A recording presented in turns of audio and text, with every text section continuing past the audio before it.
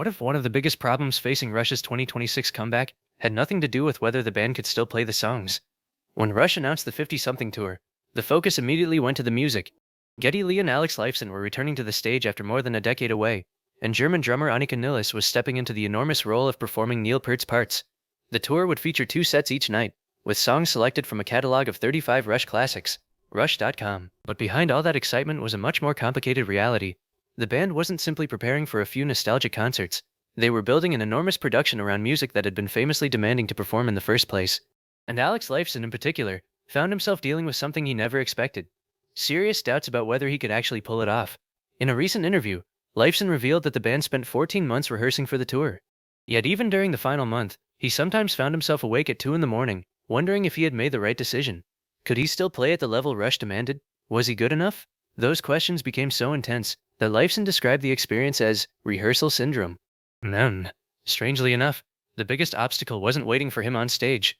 It was following him into the rehearsal room every single day. Because Lifeson wasn't just trying to remember Rush songs, he was trying to recreate the sound of Rush itself, and that decision created a problem that would make the road back much harder than fans realized. The deeper Rush got into rehearsals, the clearer one thing became: this comeback was going to demand far more than simply knowing the songs. For Lifeson, the pressure was especially intense. Rush's music had always depended on precision, chemistry, and the ability to reproduce complicated arrangements night after night. But this time, there was another layer of pressure hanging over everything: the memory of Neil Peart. Peart had been such a defining part of Rush that replacing his presence on stage was never going to feel ordinary. Anika Nilles wasn't simply joining a band and learning a set list. She was stepping into music that millions of fans associated with one drummer. And Lifeson knew exactly how much that mattered. In interviews about the preparation, he explained that the rehearsals could become mentally exhausting. Instead of simply playing guitar, he found himself constantly evaluating whether what he was doing sounded right. That self-doubt could become overwhelming. The strange part was that fans watching from the outside might never have noticed it. From the audience, the tour could look like a triumphant return, a legendary band finally back where it belonged. Behind the scenes, however, the musicians were dealing with the physical and psychological demands of rebuilding a live show from the ground up. And there was another issue. Rush had been away from touring for years. That meant the band had to rediscover not only how to play the material together, but how to survive the reality of a major tour. Because once rehearsals ended, there would be no more safety net. The lights would come on, the crowd would be waiting, and every mistake would happen in front of thousands of people. The problem became even more complicated when Rush had to turn months of rehearsal into a show that could actually work on the road. This was not a simple greatest hits concert. The 50-something tour was designed as a full-scale production, with 2 sets and a career-spanning selection of songs. That meant the band had to think about pacing, transitions, staging, equipment, lighting, and the physical demands placed on the musicians. And that last part mattered. After years away from touring, Rush could no longer approach the road exactly the way they had decades earlier. Even if the songs were familiar, performing them at full intensity night after night was a completely different challenge. That was particularly important for Lifeson. He had spent years away from the pressure of playing these songs in front of massive audiences. Returning to that environment meant rebuilding stamina and confidence at the same time. Meanwhile, Nilles had her own enormous responsibility. She wasn't attempting to imitate Neil Peart as a person. Instead, she had to learn the arrangements well enough to perform them authentically, while bringing her own musicianship to the stage. That distinction was important to the band. Rush's return couldn't simply be a museum piece. It had to feel alive. And that created a delicate balance: respect what came before, while accepting that this version of Rush would inevitably be different. For fans, that difference could be emotional. Some wanted the Rush they remembered. Others understood that bringing the band back at all required change. But there was still one major question hanging over the entire production. Could Rush make all these changes work without losing the feeling that made the band special in the first place? Because the answer wasn't going to be decided during a press conference. It would be decided under the lights, in front of a live audience. And when that moment finally arrived, the biggest challenge wasn't whether Rush could play the songs. It was whether this new version of Rush could make fans believe again.